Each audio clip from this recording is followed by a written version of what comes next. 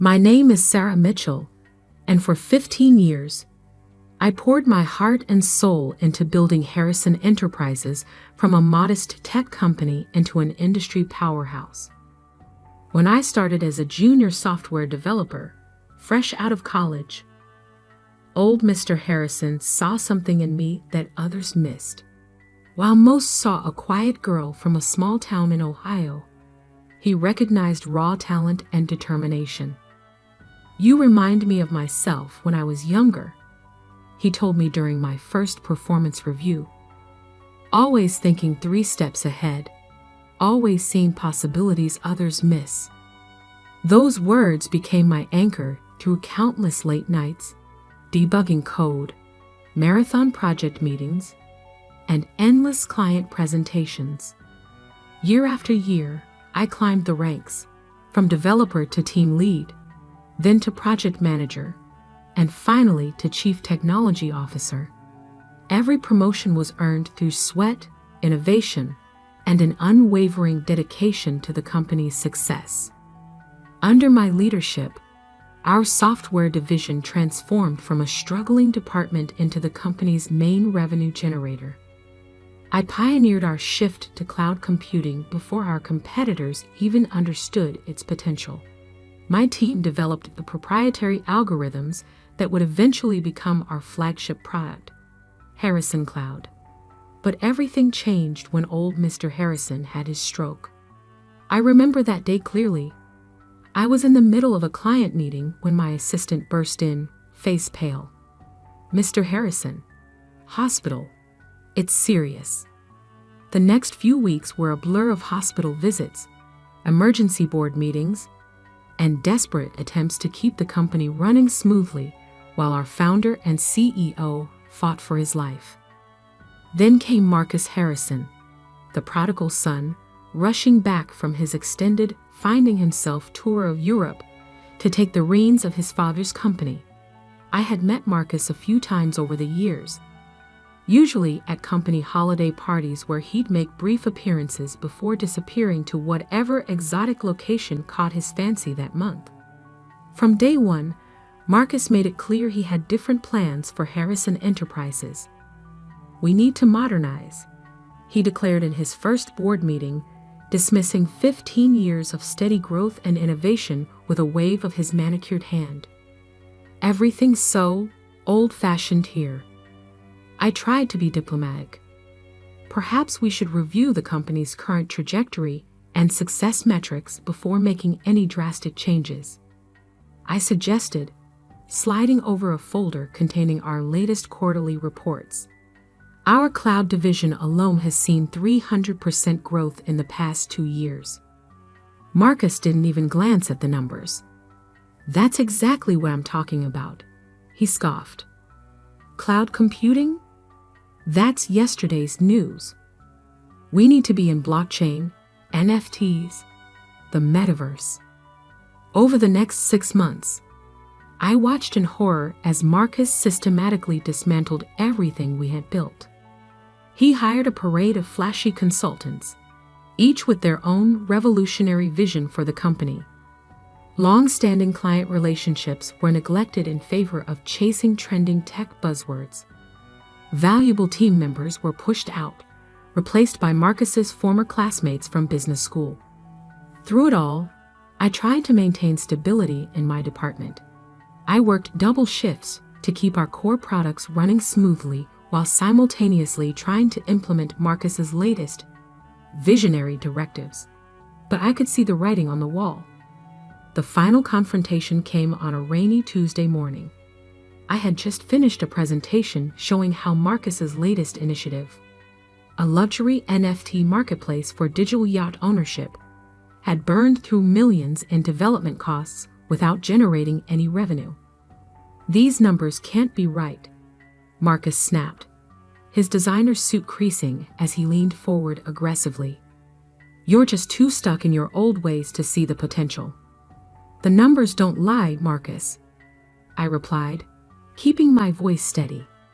"We've lost 3 major clients this quarter alone. If we don't course correct, he cut me off, standing up so abruptly his chair toppled backward. "The only thing that needs correcting is you. You're the problem here, Sarah. You and your outdated thinking are holding this company back." I maintained my composure, even as I felt 15 years of dedication being crushed under the weight of his contempt. "I've given everything to this company, Marcus. Your father." "My father isn't here anymore," he shouted, face reddening. "This is my company now, and I don't need some small-town nobody telling me how to run it. You're fired. Get out." The office fell silent. Dozens of faces turned away, pretending not to witness my humiliation. I slowly gathered my things, my mind already racing ahead to what needed to be done next. As I reached the door, Marcus couldn't resist one final jab. "Good luck finding another job at your age. Maybe try something more your speed, like teaching basic computer skills at the local library." I turned back, meeting his smug gaze with a calm smile that seemed to unnerve him slightly. "Thank you for the suggestion, Marcus, but I already have something lined up." What Marcus didn't know, what none of them knew, was that 5 years ago, I had started my own company on the side. Atlas Industries began as a small consulting firm, leveraging my expertise in cloud computing to help other companies modernize their infrastructure. While Harrison Enterprises had my loyalty during business hours, my nights and weekends were devoted to building something of my own. Those basic computer skills, Marcus mocked, had attracted an impressive client roster. Under the guidance of my carefully chosen CEO, who served as the public face of the company while I remained a silent owner, Atlas Industries had grown into one of the most respected names in enterprise cloud solutions. And tomorrow morning, Harrison Enterprises would be desperately pitching their services to Atlas Industries, unaware that the worthless employee they had just fired was actually the owner of the company they were trying to impress. As I drove home that evening, my phone buzzed with a message from my Atlas Industries CEO. "Everything set for tomorrow's meeting. You sure you want to handle this personally?" I smiled, thinking of Marcus's smug face and what it would look like when he realized the truth. "Absolutely," I replied. "I wouldn't miss this for the world." The Atlas Industries headquarters occupied the entire top floor of the city's most prestigious office building. Floor-to-ceiling windows offered breathtaking views of the skyline, while the minimalist decor spoke of quiet confidence rather than flashy excess. I stood in my private elevator, watching floor numbers tick upward, mentally preparing myself for what was about to unfold. "Good morning, Ms. Mitchell." My assistant Emma greeted me as I stepped out. After 5 years, she was one of the few who knew both sides of my life. The silent owner of Atlas Industries and the now former CTO of Harrison Enterprises. The Harrison team arrived 15 minutes ago. Mr. Marcus Harrison is quite vocal about the wait. I smiled, adjusting my tailored blazer. Gone was the intentionally understated wardrobe I'd worn at Harrison Enterprises. Today, I dressed the part of a CEO who could make or break a company's future. "How long have they been waiting?" 20 minutes, Emma replied, a hint of amusement in her voice. "Mr. Harrison has mentioned his important position approximately 7 times. Well, I checked my reflection in the brushed steel walls. Let's not keep them waiting any longer." The main conference room fell silent as I entered. Marcus stood at the head of the table, mid-rant about the disrespect of being kept waiting. His new VP of Sales, Derek, a former fraternity brother he'd hired to replace our veteran sales director, sat nearby, fumbling with presentation materials. Several board members, including Thomas Chen, who'd always supported Marcus despite his reckless decisions, occupied the other seats. Finally, Marcus exclaimed, not bothering to hide his irritation, Do you have any idea who we? His voice died in his throat as I walked to the head of the table. The color drained from his face so quickly, I thought he might faint. Sarah? He choked out my name like it physically pained him. Good morning, gentlemen. I kept my voice professional, setting my briefcase down with a quiet click that seemed to echo in the stunned silence. I apologize for the delay. Shall we begin discussing Harrison Enterprises' proposal to Atlas Industries? Derek dropped his presentation remote. Thomas Chen's mouth opened and closed without producing sound. But Marcus looked like he'd seen a ghost. This is impossible, he stammered. You can't be. Where is Richard Stone? We're supposed to meet with the CEO of Atlas Industries. I sat down, nodding to Emma, who began distributing folders. Richard Stone is an excellent CEO, but he reports to me. I'm Sarah Mitchell, founder and owner of Atlas Industries. I paused, enjoying the way Marcus seemed to shrink with each word. Though you might remember me better as the small-town nobody you fired yesterday. The silence that followed was absolute. Marcus had gone from pale to ashen, his designer suit suddenly seeming like an ill-fitting costume. Derek was frantically flipping through the documents Emma had distributed, his sales bravado completely evaporated. This isn't possible, Marcus repeated weakly. Atlas Industries is a billion-dollar company. $1.7 billion as of last quarter's valuation, I corrected him. Though I suppose someone stuck in their old ways like me shouldn't brag about numbers. Thomas Chen found his voice first. Sarah, all these years, while you were our CTO, I built Atlas Industries in my spare time, I confirmed. Nights, weekends, vacation days, all while giving Harrison Enterprises my absolute best during working hours. Unlike some. I glanced at Marcus. I understand the value of hard work and loyalty. Marcus's face flushed red.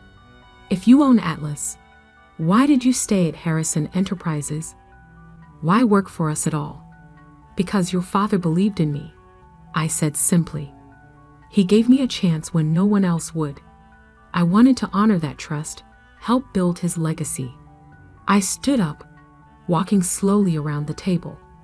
But you, Marcus, you took that legacy and treated it like a toy. You pushed out valuable employees, alienated loyal clients, and chased trending buzzwords instead of building sustainable growth. I stopped beside Marcus's chair. Yesterday, you told me to try teaching basic computer skills.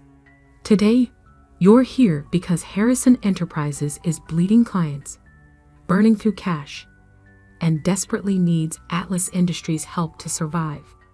Ironic, isn't it? Marcus slumped in his chair, the full weight of his mistake finally hitting him.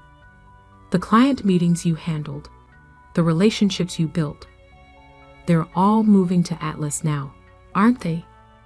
I returned to my seat, opening one of the folders Emma had distributed. Not all of them. Only the ones who recognize the value of working with a company that puts their needs first. By my last count, that's about 60% of Harrison's major clients. You can't do this, Marcus protested, but his voice lacked conviction. It's not fair. Fair. I raised an eyebrow.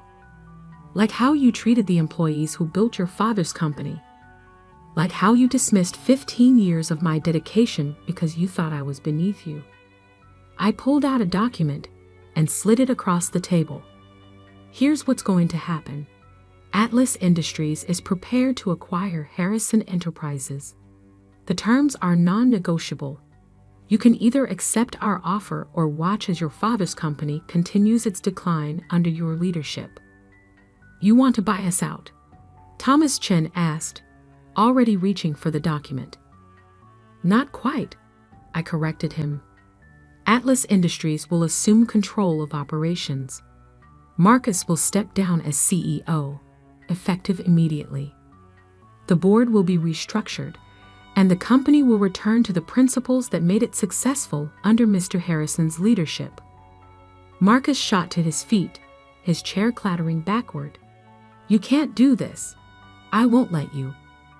"Marcus," Thomas Chin cut him off sharply. "Sit down and be quiet. You've done enough damage." He turned to me, his expression grave. "The terms of this offer, they're more generous than we deserve. I'm not doing this for revenge," I said quietly. "Your father built something meaningful, Marcus. Something that provided jobs, supported families, created real value in the world. I won't let you destroy that because of your ego." The next hour passed in a blur of signatures and legal requirements. Marcus sat in stunned silence as his authority was stripped away piece by piece. When it was done, when Harrison Enterprises officially became a subsidiary of Atlas Industries, I stood to conclude the meeting. "One last thing," I said, looking directly at Marcus. "Clear out your office by the end of the day. Emma will show you out." As they filed out of the conference room, I heard Derek mutter to Marcus, "Dude, you fired the wrong person." Standing at the window, watching the city spread out below, I felt no satisfaction in Marcus's humiliation. This wasn't about revenge. It was about protecting what his father had built, about ensuring that good people didn't suffer because of one man's arrogance. Emma appeared at my side with a coffee. Was it worth it? Keeping Atlas a secret all these years. I thought about old Mr. Harrison, still recovering in his hospital bed. I thought about the employees at Harrison Enterprises who could now stop worrying about their jobs. I thought about the clients who would continue receiving the quality service they deserved. It wasn't about keeping secrets, I said finally. It was about building something meaningful, something that could make a difference when it really mattered. Little did I know, this was just the beginning. Marcus might have been defeated, but he wasn't done fighting, and what he did next would force me to defend not just Harrison Enterprises, but everything I had built. Marcus Harrison might have lost control of his company, but wounded pride can be dangerous. I should have known he wouldn't accept defeat gracefully. The first attack came 3 days after the acquisition. I was reviewing quarterly projections when Emma burst into my office, her usual composure shattered. "Sarah, you need to see this." She handed me her tablet, open to a major tech news website. The headline made my blood run cold. "Atlas Industries, ACQUI, Titanium of Harrison Enterprises, NDRNVSTIGATL, for INSIDER Trading." The article, citing anonymous sources close to the situation, suggested I had used my position as CTO to manipulate Harrison Enterprises' value, making it vulnerable to Atlas's takeover. It was a clever angle, one that played perfectly into Marcus's narrative of betrayal. "Get our legal team on this immediately," I told Emma, already reaching for my phone, "and set up a meeting with the board for." My phone buzzed with an incoming call. Thomas Chin. "Sarah." His voice was tight with concern. "Have you seen the article?" "Yes." "Marcus's handiwork, I assume." "He's not just throwing accusations around," Thomas warned. "He's filed formal complaints with the SEC. He's claiming you deliberately sabotaged projects, drove away clients, all to devalue the company for Atlas's benefit." I laughed, but there was no humor in it. The same projects he ordered us to abandon, the same clients he alienated with his visionary pivots. You and I know that, but perception matters. The market is already reacting. He was right. By afternoon, Atlas's stock had dropped 12%. Several major clients put their contracts on hold, waiting to see how the scandal would play out. Marcus had found the perfect way to hurt me by threatening everything I'd built. But he'd forgotten one crucial detail. I had receipts. Lots of them. I spent the next week working with our legal team, compiling evidence. Every project Marcus had killed, every client relationship he'd damaged, every reckless decision, all meticulously documented. Emails, meeting recordings, financial reports, a perfect paper trail of his mismanagement. Then came the counterattack. Ladies and gentlemen, I addressed the hastily assembled press conference, cameras flashing as I took the podium. Recent allegations have been made about the circumstances surrounding Atlas Industries' acquisition of Harrison Enterprises. Today, I'm releasing all documentation related to that acquisition, including evidence that tells the real story. One by one, I laid out the facts. Marcus's decision to abandon profitable product lines for speculative ventures, the mass exodus of experienced employees, the millions wasted on his NFT marketplace and other failed initiatives, each point backed by irrefutable evidence. Furthermore, I continued, I'm announcing that Atlas Industries will be establishing the Harrison Innovation Fund, a $50 million investment in emerging technology companies. This fund will honor the legacy of James Harrison, focusing on the principles of sustainable growth and genuine innovation that he championed. The reaction was immediate. Atlas's stock rebounded. Clients who had wavered reached out to reaffirm their commitment. But the most significant response came from an unexpected source. 2 days after the press conference, I received a call from the hospital. Old Mr. Harrison wanted to see me. He was sitting up in bed when I arrived, looking frailer than I remembered, but with the same sharp intelligence in his eyes. A newspaper lay on his lap, open to an article about the Harrison Innovation Fund. "Sit down, Sarah," he said, gesturing to the chair beside his bed. "Tell me everything." So I did. I told him about building Atlas Industries, about trying to protect his legacy, about Marcus's attacks, and how I defended against them. He listened in silence, his expression unreadable. When I finished, he was quiet for a long moment. Then, "I always knew Marcus wasn't ready," he said softly. "I tried to teach him that success isn't about quick wins or flashy moves. It's about building something that lasts." He looked at me, a hint of his old smile returning. "You understood that, didn't you?" "I had a good teacher," I replied, feeling tears prick at my eyes. He reached for my hand, his grip surprisingly strong. "The Innovation Fund, using my name for that? Thank you. It's your legacy," I said simply. "It should help build more success stories." The next morning, Marcus made his final move. He called a press conference of his own, clearly planning another attack. But before he could speak, his father was wheeled onto the stage. James Harrison took the microphone, his voice weak but clear. "I've watched recent events with great interest. My son claims his company was stolen from him. He's wrong. Harrison Enterprises wasn't stolen, it was saved. Saved by someone who understood its true value, who protected its legacy when others would have squandered it." The room erupted in camera flashes as Marcus stood frozen, watching his last attempt at revenge crumble.